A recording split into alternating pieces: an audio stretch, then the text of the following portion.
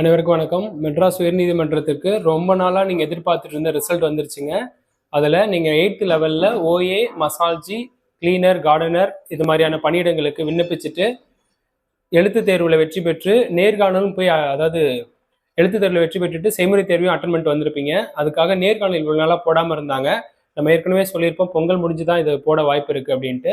அந்த அடிப்படையில் இப்போ என்ன பண்ணியிருக்காங்க அப்படின்னா, இன்னைய டேட் வந்து பார்த்தீங்கன்னா நம்ம ஜனவரி 23 இருக்கிறோம்.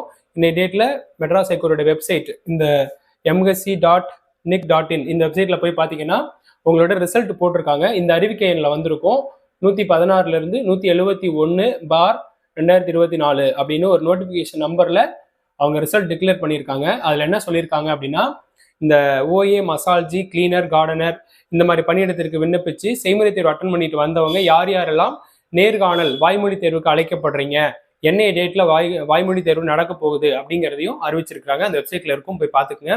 ஸோ அதில் போனீங்கனாலே ஒரு பிடிஎஃப் ஓப்பன் ஆகுது. அந்த பிடிஎஃப்ல வந்து என்ன இருக்கும் அப்படின்னா, ஒவ்வொரு நாளும் எவ்வளவு பேரை நேர்காணல் பண்றோம், என்ன பேட்ச்ல பண்றோம் அப்படின்றது லிஸ்ட்டும் கொடுத்துருக்காங்க. அந்த லிஸ்டெல்லாம் நம்ம டீட்டெயிலாக பார்ப்போம். அதுக்கப்புறம் பார்த்தீங்கன்னா உங்களுடைய ரோல் நம்பரு, உங்க பேர் இதுதான் கொடுத்துருக்காங்க. நீங்க அந்த செய்முறை தேர்வில் எவ்வளவு மதிப்பெண் எடுத்தீங்க அப்படின்றது கொடுக்கல. இதெல்லாம் எப்போ தெரிய வரும் அப்படின்னு பார்த்தீங்கன்னா, இப்போ இன்டர்வியூ போறீங்க. இன்டர்வியூ போகும்போதுமே நீங்க வந்து ஒரு 30 மார்க் இன்னும் இருக்கு. ஸோ இதை அட்டன் பண்ணி முடிச்ச பிறகு ஓவரால் ரிசல்ட் டிக்ளேர் பண்ணும்போது தான் உங்களுக்கு என்ன போடுவாங்க அப்படின்னா, இதுக்கான செய்முறை தேர்வு மதிப்பெண், எழுத்து தேர்வு மதிப்பெண், அப்புறம் நேர்காணல் மதிப்பெண் அப்படின்னு போட்டு உங்களுக்கு ரிசல்ட் டிக்ளேர் ஆகும். ஸோ இந்த ஆக்டிவிட்டிஸ் தான் இப்போ எடுத்திருக்கிறாங்க. இப்போ உங்களுக்கு ஒரு 2 வாரம் டைம் இருக்கு. அதாவது வர பிப்ரவரி 14 சாட்டர்டே ஆரம்பிக்குது. ஸோ அன்னைக்கு நேர்காணல் உங்களுக்கு ஸ்டார்ட் பண்றாங்க. 15 இருக்கு. ஸோ இந்த 2 நாள்ல இதுக்கான நேர்காணலை வச்சு முடிச்சிடுறாங்க. அப்போ உங்களுக்கு இன்னும் 2 வாரம் நேரம் இருக்கு. இந்த 2 வாரத்துல நேர்காணலுக்கு எப்படி எல்லாம் ப்ரிப்பேர் ஆகணும் அப்படிங்கிறது தொடர்பாக நம்ம நிறைய காணொலிகள் இதுக்கு முன்னாடி கொடுத்துருக்கோம். அந்த காணொலிகளை போய் நீங்க பாத்துக்கலாம். இல்ல நேர்காணலுக்கு பயிற்சி தேவைப்படுது அப்படின்னு நினைக்கிறவங்க நாம கூகுள் மீட் வழியாகவும் பண்றோம். இல்லைன்னா நிறைய மாவட்டத்தில இருந்து எங்கள்கிட்ட நேரடியா மாணவர்கள் வராங்க.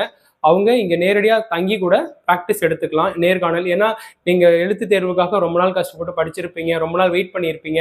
அதுக்கப்புறம் ப்ராக்டிக்கலுக்காக ரொம்ப நாள் ஹார்ட் ஒர்க் பண்ணியிருப்பீங்க. அப்புறம் இவ்வளோ நாள் இப்போ வெயிட் பண்ணியிருக்கீங்க. இந்த ரிசல்ட் வந்து 3/4 தூரம் நீங்க வந்து கடந்துட்டீங்க. இன்னும் 1/4 தூரம் மட்டும் கரெக்டாக ரீச் பண்ணிட்டீங்க அப்படின்னா உங்களால இந்த எக்ஸாம்ஸ்குள்ள நல்ல ரிசல்ட்ஸ் கொடுத்து கவர்மெண்ட் போஸ்டிங் வாங்கிட முடியும். கடந்த முறை இதே உங்களோடு எழுதின 10th ஸ்டாண்டர்ட் தரம் இருக்கும். அந்த 10th ஸ்டாண்டர்ட் தரத்துல என்ன பண்ணியிருக்காங்க அப்படின்னா, நம்ம மாணவர்கள் கிட்டத்தட்ட 20 பேர் போஸ்டிங் போயிருக்காங்க. நேற்றைய தினம், அதாவது 20ஆம் தேதி 20/1/2026 அன்னைக்கு கூட தேனி மாவட்டத்திலிருந்து நம்மளுடைய சௌரீஸ்வரன் ஒரு சார் வந்து ஜாயின் பண்ணி படிச்சுட்டு இருந்தாரு. அவருக்கு 10th லெவல் போஸ்டிங்லேயும் செலக்ட் ஆயிருந்தாங்க ஜூனியர் பைலிஃப்ல.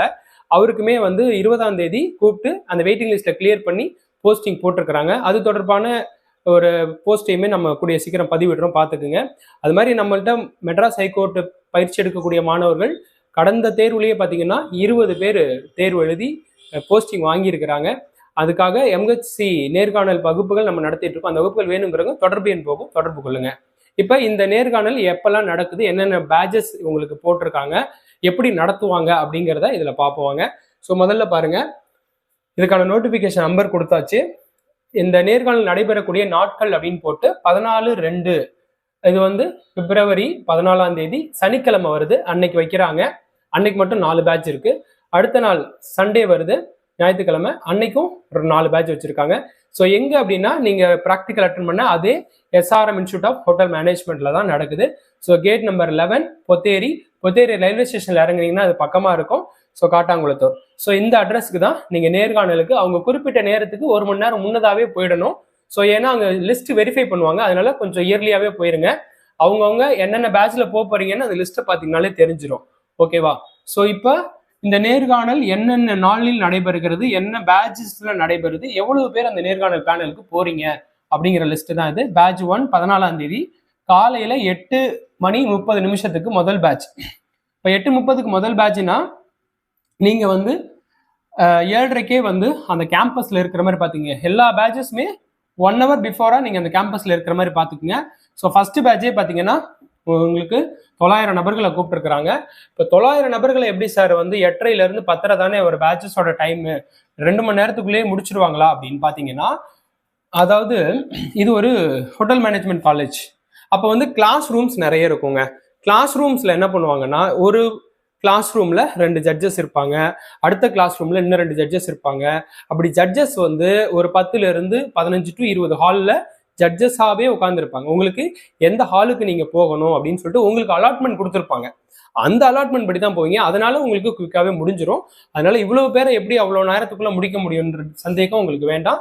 கடந்த முறை 10th ஸ்டாண்டர்ட் தரம் எழுதினவங்களையும் இப்படிதான் பண்ணாங்க. 30ல இருந்து 40 நபர்களா பிரிப்பாங்க. அந்த இதுல இருந்து நீங்க உள்ள போற மாதிரி இருக்கும். ஸோ அதனால இந்த பேட்சஸ்ல இருக்கீங்கன்னா நீங்க 1 hour பிஃபோரா போயிருங்க. செகண்ட் பேட்ச் 10:30க்கு ஆரம்பிக்குது, அதுலயும் 900 நபர்கள் தான். தேர்ட் பேட்ச் மதியானம் 12:30க்கு ஆரம்பிக்குது, அதுலயும் 900 தான். அதுக்கப்புறம் 4th பேட்ச் மதியானம் 2:30க்கு ஆரம்பிக்குது, ஸோ அதுலயும் 900 நபர்கள் தான். ஸோ இப்படி இந்த லிஸ்ட் வந்து ரிலீஸ் ஆயிருக்கு. அதுக்கு அடுத்தது பார்த்தீங்கன்னா 15ஆம் தேதி சண்டே அன்னைக்கு ஃபர்ஸ்ட் பேட்ச் 8:30, அப்போ 7:30க்கு நீங்க உள்ள போறீங்க. ஸோ அந்த பேட்ச்ல மட்டும் ஒரு 13 பேர் எக்ஸ்ட்ரா சேர்த்துருக்குறாங்க. அப்போ 913 பேர் அந்த பேட்சஸ்ல மட்டும் போறீங்க. ரெண்டாவது பேட்ச் 10:30 மணிக்கு, ஸோ அதுல 900 பேர் போறீங்க. மூணாவது பேட்ச் 12:30க்கு, அதுல 900 பேர் போறீங்க. நாலாவது பேட்ச் 2:30 மணிக்கு, ஸோ அதுல ஒரு 900 பேர் போறீங்க. இந்த 2 நாள்ல 7213 நபர்களை நேர்காணல் நடத்தி அதுக்கப்புறம் அதுல இருந்து யாரெல்லாம் செலக்ட் ஆகுறீங்க அப்படின்றத சூஸ் பண்ண போறாங்க. இந்த நேர்காணல்ல பட்டியல் பேர் வந்திருக்கிறவங்க கொஞ்சம் ப்ரிப்பரேஷன் பண்ணீங்கன்னா இதுல ஏற்கனவே 2200 சொச்சம் போஸ்டிங்ஸ் மேலதான் போட்டிருந்தாங்க. இந்த போஸ்டிங்ஸ்ல ஏற்கனவே ஒரு 700ல இருந்து 800 போஸ்டிங்ஸை 10th ஸ்டாண்டர்ட் தரத்தில் இருக்கிறவங்க எடுத்துக்கிட்டாங்க. இப்போ மீதி இருக்கக்கூடிய போஸ்டிங்ஸுக்கு தான் நீங்கள் போட்டியிடணும். அப்படி பார்க்கும்போது உங்களுக்கு 1:3 ஆர் 1:4 இந்த ரேஷியோவில் நேர்காணல் நடக்குது.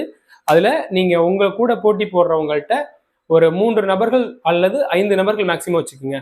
5 பேர் ஒரு போஸ்டிங்காக உள்ள போறீங்க நேர்காணலுக்கு. அந்த 5 நபர்கள்ல இருந்து யாரோ ஒருவர் அல்லது 3 நபர்கள்ல இருந்து யாரோ ஒருவர் தான் இந்த முறை நீங்க அரசு பணி பெற போறீங்க. அந்த 5ல ஒருவரா நான் இருக்கணும் அல்லது 3ல ஒருவரா நான் இருக்கணும் அப்படின்னா நான் எந்த அளவுக்கு என்கிட்ட ஸ்டஃப் இருக்கணும் அப்படின்றதையும் ப்ரூவ் பண்ணி காமிக்க வேண்டிய இடம் அது. ஸோ அதனால அந்த ஸ்டஃப்ஸை வளர்த்துக்கவும் நம்ம வகுப்புகள் பயன்படும். வகுப்புகள் வேணுங்கிறவங்க தொடர்பு கொள்ளுங்க. இப்போ இந்த நேர்காணல் பட்டியல் வந்துருச்சு, லிஸ்ட் அவுட் பார்த்துக்குங்க. உங்களுக்கு நிறைய நாட்கள் கிடையாது, வெறும் 2 வாரம் தான் இருக்கு. இந்த 2 வாரத்துக்குள்ள நீங்க இதெல்லாம் பண்ணி முடிச்சிடணும். அப்படின்னா தான் இவ்வளோ வருஷம் நீங்க வெயிட் பண்ணதுக்கு ஒரு நல்ல ரிசல்ட்ஸ் கிடைக்கும். All the best. நல்லபடியா இந்த இன்டர்வியூ பண்ணிட்டு வாங்க. தேங்க்யூ.